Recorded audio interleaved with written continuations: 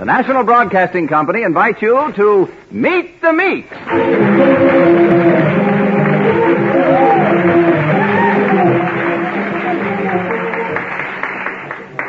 Yes, friends, once again, you're invited to Meet the Meeks, the Mortimer Meeks, who live on Elm Street in Civic Center. Well, it's mid-morning in the little white house with the green shutters, and Peggy Meek is sitting on the front porch looking at the Metropolitan News and thinking. Her friend Jill Donovan greets her at the gate. Hiya, Peg. What's stewing or brewing? Jill, come on up. I just had a sensational idea. In that case, I'll stay on this side of the gate. Every time you have an idea, I get in trouble. And this morning, I feel like being just a happy, carefree child. Then stop acting like a bird brain and come on up here on the porch. This flash is out of this world. I know your flashes. Oh, well, we haven't been in the soup for almost 2 days. Sit down next to me here on the swing and look at this article in the Metropolitan News. I am sitting and I am looking. Jill Donovan, don't you see? I am seeing. Younger set of Metropolis starts day bureau. Enterprising youngsters set up clearinghouse for social engagement. Charge commissions for setting up boy meets girl business. Well, you know, we can do the same thing here in Civic Center. There's a fortune in it. We'll be rich. Peggy, it has been charming to visit with you this morning. Thank you for your hospitality and goodbye. I think I hear my mother calling. Oh, no. Oh, Peg Meek, let go of my arm. You sit still and hear me until I finish. Now, do you or do you not want to make a lot of money? I do. Also, I wish to live in peace and happiness with my parents, Mr. and Mrs. Donovan. And I particularly do not wish my father, Mr. Donovan, to keep looking at me and shaking his head. All I can see in the future if we start a date bureau is trouble. And my father's dirty looks. Oh, it would be wonderful to have my father smile at me. Or just ignore me. My idea will make your father proud of you. And my mom and pops will be proud of me, too. You see, Jill, we're going to specialize in getting escorts for adults. But who do we know that's adult? I mean, besides our parents. And other old married people. Well, there's my Uncle Louie. Oh, the only kind of date your Uncle Louie be interested in would be with a steak and a French fried onion. And there's your Aunt Harriet. My Aunt Harriet is ancient. She's 25. Well, maybe we'll get a request for an ancient lady. Well, Peggy, it has been charming to visit with you. Will you go with me in partnership if my parents approve, will you? Well... Come on. We'll ask Mom and Pops, and if they approve, we'll launch our new business, the Civic Center Escort Bureau, Incorporated.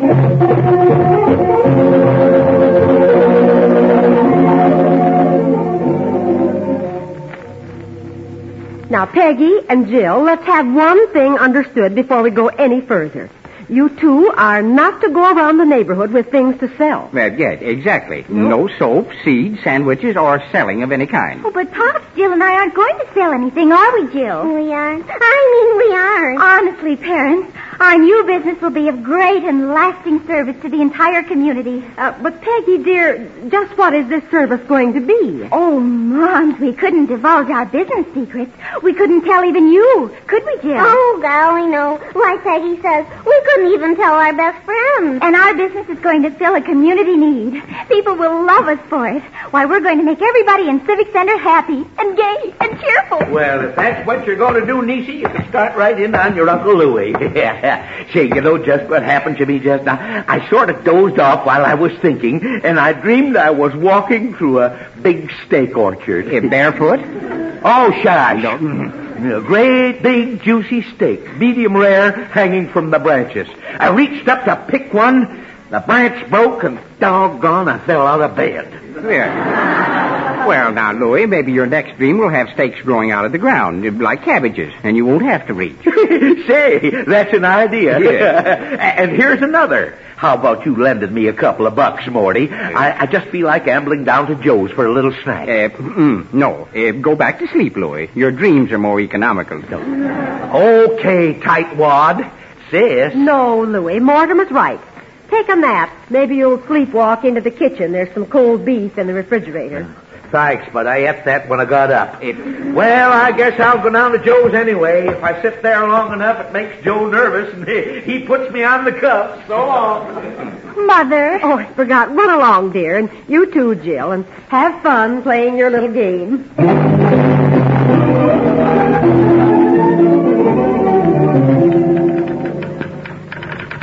Peggy, be careful of my father's typewriter. He's very fussy about his typewriter. I'm being careful. So, if you are unhappy eating alone, just call the Civic Center Escort Bureau. Now, I'll just type in our telephone number at home. There.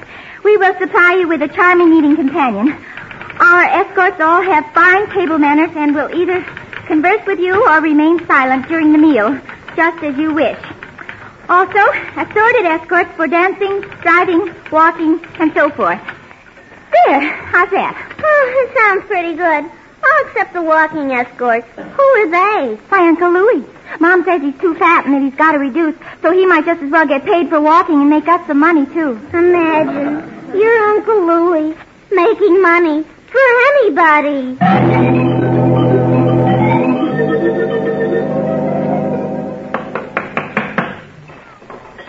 Peg, don't you think we ought to ask Mrs. Moss back if we can tack up one of our ads in her restaurant? She's busy, can't you see?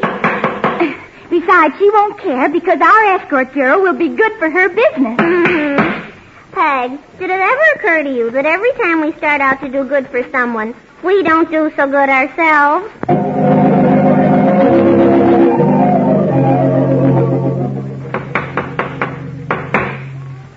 Thanks for letting us put up our advertisements here in the railroad depot, Mr. Munster. Oh, sure, it's all right. Glad to do it, Peggy. Yeah, might stir up some excitement around the old town. Hey, how's your folks? Oh, Mom and Pops are just fine, thank you. Mm-hmm. And your Uncle Louie? I say, your Uncle Louie? Is he still complaining about money? Oh, Mr. Leach never complains about money, except when Mr. Meek doesn't give it to him. Doesn't get it? That's pretty nifty, Jim. Yeah, that's pretty nifty. Louie Leach ought to be pretty high up on your list for the escort bureau, though, as an eating escort. I say, as an eating escort. That man sure can eat. Yes, sir. Louie is a living example of the survival of the fattest. I say... You get it? I say survival of the fattest. Mr. Leach is so fond of food. The pinups in his room are all of T-bone steak. That'll do, Jill. Well, thanks a lot for letting us put up our ads, Mr. Munster. Come on, Jill. We've got work to do.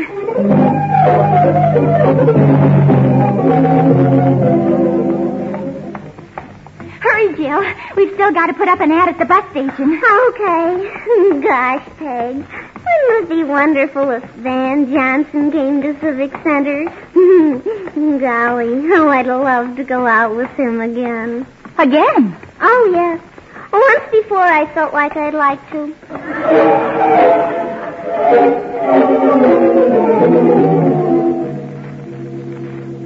Go ahead, Jill.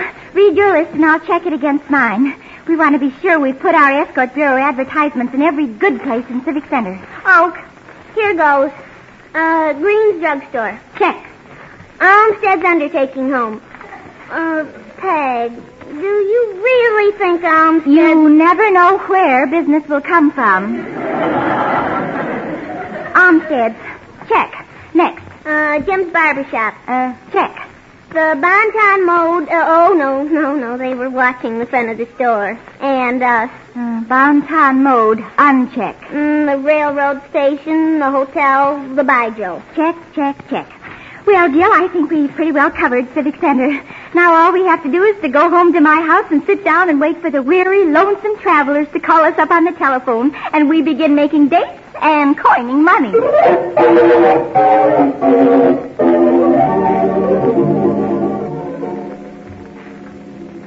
I wonder how Peggy and Jill are doing in their new business, Mortimer. Well, by this time, dear, they've thought up and discarded a dozen new ideas. Yeah, that's the refreshing part of childhood. You don't actually have to do anything about anything. It's enough if you just think about something. I suppose you're right. Mortimer, you don't think Peggy is irresponsible, do you? Oh, well, I think our daughter is a charming, beautiful, and intelligent young woman, and that she inherits all of her mother's attributes. Why, Mortimer, how nice. And I'm very grateful also that our daughter does not take after certain members of the family on her mother's side. I heard that crack, Morty. I heard that. And I think it's sneaky of you to say things like that behind my back. Now, Brother Louie, Mortimer was only joking, weren't you, dear? Why, of course. I knew you were out in the kitchen all the time, Louie. Well, okay. But I don't like them kind of jokes. Besides, I was working in the kitchen. Oh, really? What were you working on, Louie? Well, sir, it's like this. I got an idea that'll make us rich. That'll be a pleasant change. It's about a sandwich. A subject near and dear to your heart. Yeah. Now, Marge. Yes? Now, you take the average sandwich, and what have you got? A sandwich. Yes, you got a sandwich. No! You got a couple of slices of bread with some ham or cheese or egg salad or whatever in between. Well,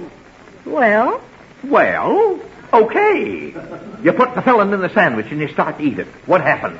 The filling squeezes out from between the two pieces of bread. It gets on your fingers. It dribbles on your necktie. No matter how hard you try, it keeps slipping out. Yeah, well, that's awful. Not only that, but it's unscientific. Mm-hmm. Well, go on, Professor. Well, you see, with the Louie Leach sandwich, you eliminate the waste. What about the waistline? Oh, shush!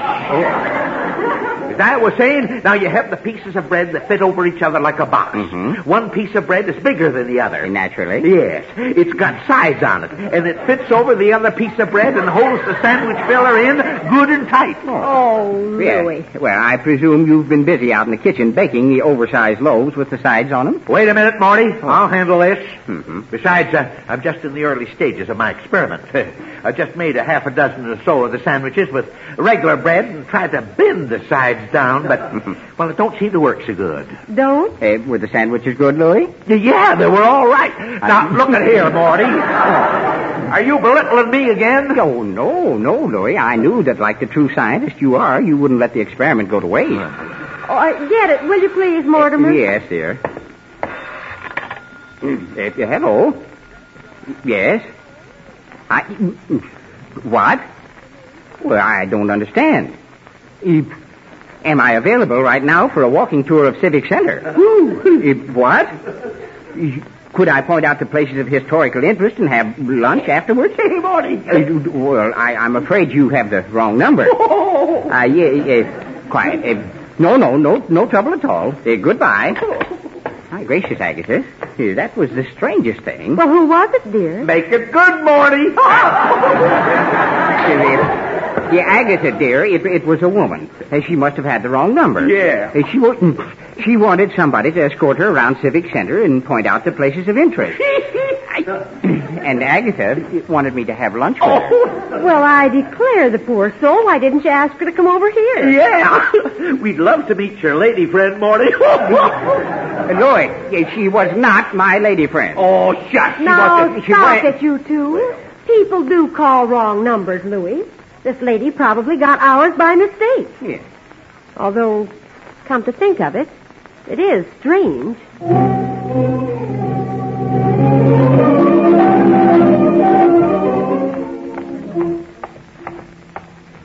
Oh, don't look now, Peg. But America's #1 goon boy, Elmer Nelson, is crossing the street. Act indifferent, Jill. It'll discourage him. How indifferent can you get? Personally, for me, Elmer Nelson does not exist. Hiya, Peggy. You going toward home? I am, too. Can I walk with you? Changed your mind, Elmer? You were headed downtown. I was talking to Peggy, Jill. Oh, excuse me. We're not going home, Elmer. We're on an errand. A business errand. Oh, can I help? I'll be glad to help, Peggy. I haven't anything to do. Nothing at all. I'll be glad to help. Oh, thank you, Elmer. But this errand, it's sort of a secret errand, isn't it, Jill? Oh, like she says, it's a secret errand. And private. Oh. Well, I'll be going, Peggy. But I'll be home after. I'm just going to hang around the house. So if you should want me to come over or anything. Well, that's sweet of you, Elmer. Real sweet. Well, bye, Peggy. Bye. Au revoir, Elmer. Oh, so long. Now, that's what I call a real brilliant conversational type of fella. Oh, Elmer's all right. He's just adolescent. I'm kind of two-headed. Hey, I'm getting hungry, aren't you? Oh, I sure am. Golly, we've done a lot of work today. Oh, we sure have. When do you think we'll start getting calls for escorts? Oh, I don't know, in a few days, I suppose. After all, we just put up our advertisements, and it takes a little while before word gets around. Well, hello, girl. How's business? Oh, hello, Mr. Munster. We didn't see you coming along. Yeah, well, that's because I'm an old heel and toe walker. Yeah. Did you ever hear about the big race I was in at the county fair in 1903? Oh, sure. I was in fine condition. The starter's gun went bang, and off we went. Heel and toe, heel and toe. Oh, you should have seen it. Did you win? No, I heeled when I should have toed and lost by a foot. I say I lost by a foot. Well, why aren't you two at home? Oh, should we be? Why? Well, 10:18 come in from the city, an hour and 2 minutes late. Usually comes right in on the dot, 1 hour late. Yeah, lots of strangers got off. Looked like they's coming to Civic Center for a convention or something. I said convention or something. I give your business a little boost. You did? Mm-hmm. Made quite a nice little speech, if I do say it myself. Oh, that was real nice of you, Mr. Munster. Real nice. Yeah, I told the folks all about your escort bureau. Showed them your advertisement that you'd tacked on a bulletin board. Oh, how wonderful. Yeah, a couple of the folks, ladies, was interested right off. Oh, yippee. Yeah, headed right for the station telephone and called your house. Wonderful. Gee. Huh? Did you say a few people have already called my house, Mr. Munster? Why, sure thing. Ladies. I let them in the station office to use the telephone myself. Gulp. Oh, double gulp. I think I hear my mother calling me. Yeah. Well, girls, I got to be on my way. Mrs. Munster's got the victuals on the table, puts them on prompt, and expects me to be there and take them off. I say take them off. Good luck. I'll be plugging in new business every chance I get. Mom and Pops don't know anything about the telephone call. Or the escort bureau. They won't know what it's all about. They'll be mystified. When they get unmystified, they'll get mad. Oh, I think I hear my mother calling me. Jill Donovan, now be sensible. You're telling me. Oh, Peg, what are we going to do? Go right home to my house and listen in at the living room window. Then we'll find out how bad it is and what sort of a dire and drastic punishment to expect. Oh, yikes. You know, Peggy, sometimes I sure wish I didn't live right across the street from you.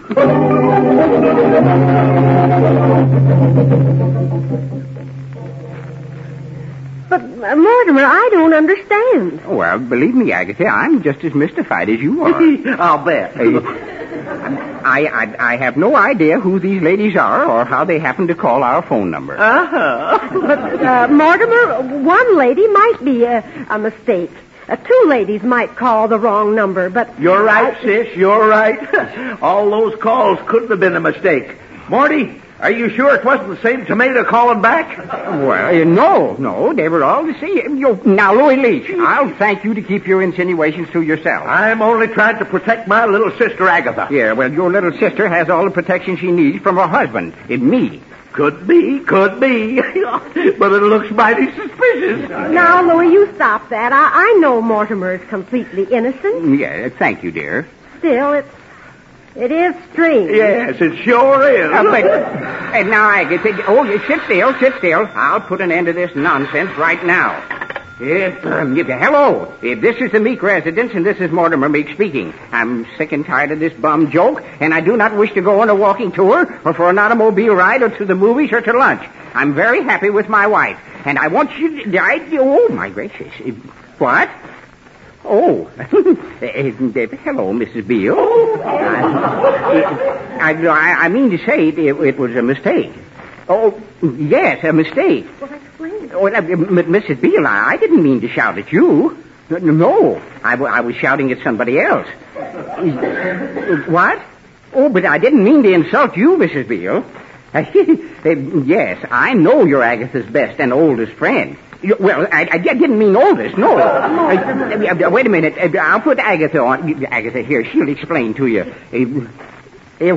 What? Oh, no. Please, Mrs. Beale, if you'll just let me explain to... No, she wouldn't. She hung up. Oh, Mortimer, this is just terrible. Yes. First this awful thing with these strange women, and now Annie Beale. It'll be all over town. I'll handle this, Aggie. Morty? Yeah? Confess.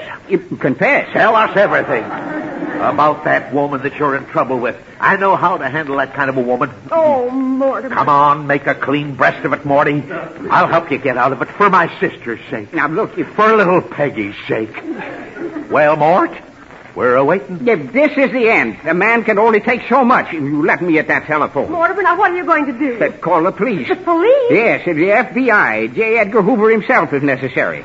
I'm not going to sit still and have my life ruined, my marriage destroyed, and my family broken up without lifting a finger. Whoever it is that's doing this will learn that they've got a bear by the tail when they start to monkey with Mortimer Meek.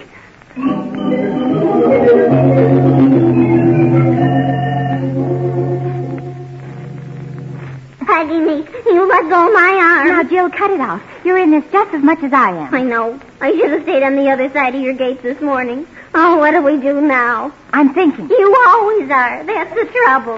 We heard the way things turned out when we listened in on Mom and Pop.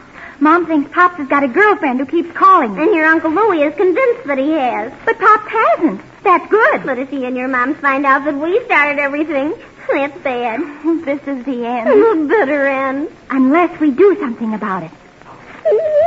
I've got an idea. Oh, not another one, please. Jill, we can't be any worse off, and we can try, can't we? Try what? Elmer. Elmer Nelson, that drip, what could he do? He could buy the Civic Center Escort Bureau from us. Buy it? Sure. Then he'd be owner and responsible for everything. Oh, but Peg, why should he? Jill Donovan, sometimes I think you should be a boy. You're that dumb. Why is Elmer always hanging around me? Because he's smitten. Oh! Exactly. Come on, Jill. We're about to go out of business.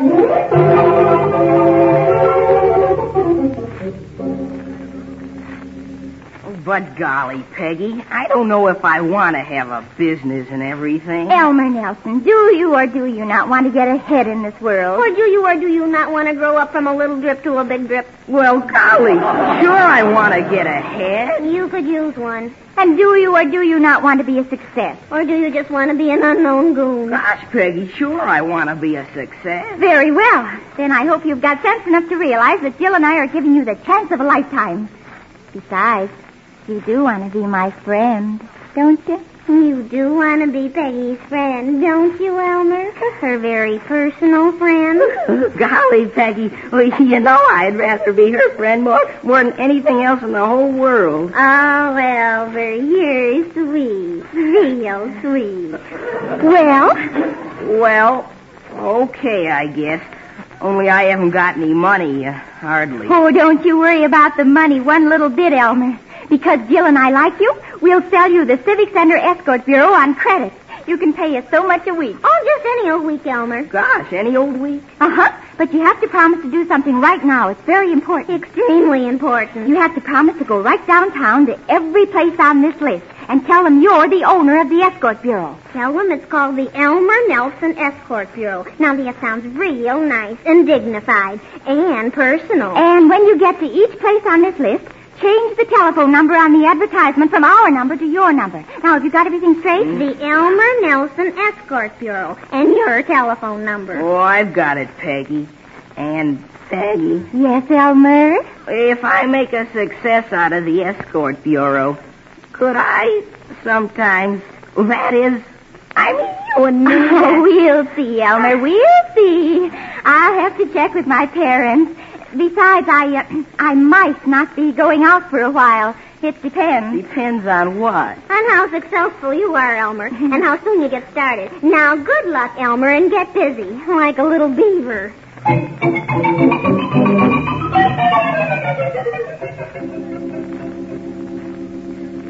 Oh, do we have to go in? Couldn't we write your parents a note explaining it all? We have to go in, Jill. Now, stop shaking yourself to pieces. We have nothing to worry about. Oh, that's what I keep telling myself. And that's what I keep trying to believe. Let me do the talking. Oh, gladly. Smile and be cheery. Oh, I am. Oh, golly. Am I a liar? Well, here goes. Nothing. Hello, parents. I'm here. And so is Jill. I'm here, too. Yes. Well, young woman, we're glad you finally decided to come home. Well, now, Mortimer, don't be too hard. Oh, I think I hear my mother calling. Be quiet, Jill. Don't make it any worse. Oh, can it be worse? Well, daughter? Well, Peggy? Trapped. Are you both talking about the same thing I'm thinking about? We are not mind readers, Peggy. That's what my father always says. Peggy, we want to know the truth. We've had a terrible day. Oh, I'm sorry, Mother. Oh, I'm sorry, too, Mrs. Meek. It started out with the telephone ringing. People kept calling up here. Yeah, women kept calling up. They all wanted escorts. Yeah, and your Uncle Louie thought it was the same woman, and that I knew her, and that I would... Oh, my gracious, this was embarrassing. Oh, I know what you mean, Mr. Meek. But, Father, and then my friend Annie Beale called, and your father insulted her. Yes, I did not insult Mrs. Beale. Well, at least she thought your father insulted her. But, Mother... Why, this place has been like a madhouse. Your Uncle Louie and I had a misunderstanding. And Brother Louie has gone to look for a room. Oh, Thank but goodness. Mother, I can explain. Well, you hardly have to, Peggy. Mr. Munster called. Mr. Munster... Gulp. Yes, Mr. Munster called from the station and told us all about your Civic Center Escort Bureau. Oh, Mother, why don't you call your daughter? Peggy, I'm disappointed in you. Terribly disappointed. And I'm provoked, very provoked. And I'm miserable. Well, Peggy? As your mother just said. Well? Mom, Pop, we meant well, didn't we, Jill? Oh, we meant very well. We didn't mean to make you both unhappy. We wanted you to be real happy. And we didn't mean for Uncle Louie to leave. We're both very fond of Uncle Louie. And now we've caused all this trouble. And worse, we've got Elmer Nelson in trouble. Elmer Nelson. Well, and we're sorry. And we know we deserve to be punished. Speak for yourself, Peg. So, go ahead. We're ready. Come right in, Chief Benson. Okay, Louie, lead the way. Chief Benson? Oh, Mother. Oh, please, Mr. Meek, don't turn us over to the police. Aggie, Morty. Oh, say, we got company. Oh, there they are. I see them. Oh, Louie, you shouldn't have gone to the police. But really, Louie, this can be handled right here. Why, That's yes. where you're wrong, Mr. Meek. Huh? After what these young women have done, this is a matter for all of Civic Center. All of Civic Center. All of it? Indeed it is.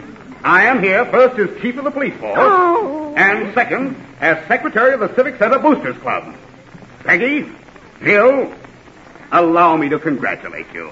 Congratulate us? Does that mean we don't have to go to jail? Well, I'm afraid I don't understand. Yeah, well, I'm a little baffled myself. Aggie, Morty, the kids have done it. Stood Civic Center on its ears. The Booster Club realizes what a great thing the Escort Bureau would be for the town. And they've taken it over. Right, Chief? Right, Louie. And I'm going to be the honorary secretary. Well, I never. And neither did I. None of us have. The whole town's buzzing. Why, down at the Boosters, we figure it'll help business, get the town publicity, and put us right on the map. Yes, sirree, this is a big boost for Civic Center.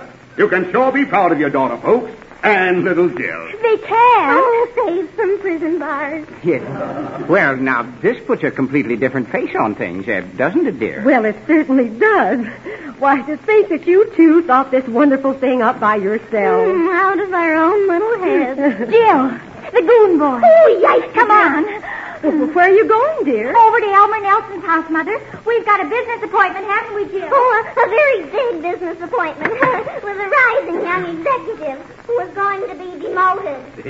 Oh, say, that reminds me. How about a lift back downtown, Chief? Come along, Louie. I can use some ballast. Well, brother, where are you going? To keep a dinner date, sis. I'm working for the Escort Bureau. At last I have the kind of a job that I'm cut out for.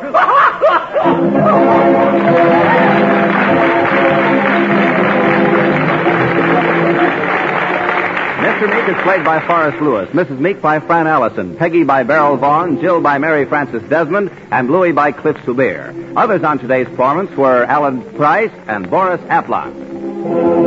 Meet the Meeks is written and directed by Les Weinrod. Be sure to join us again next Saturday over these same stations when the National Broadcasting Company again invites you to Meet the Meeks. This is NBC, the National Broadcasting Company.